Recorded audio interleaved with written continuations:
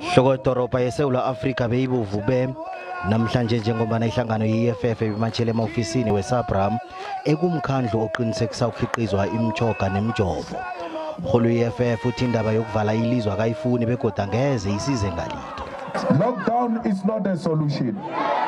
Solution is vaccinate majority of South Africans.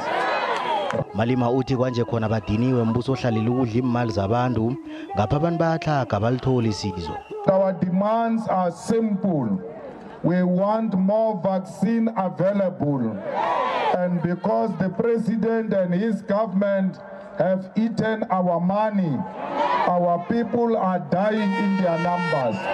Malema uthi bazokula ukufikela ekugcineni nakufanele babulawele impilo yabantu nalapho kulungile. Ayasaba makwala umama iye siyasaba lezinja umama iye.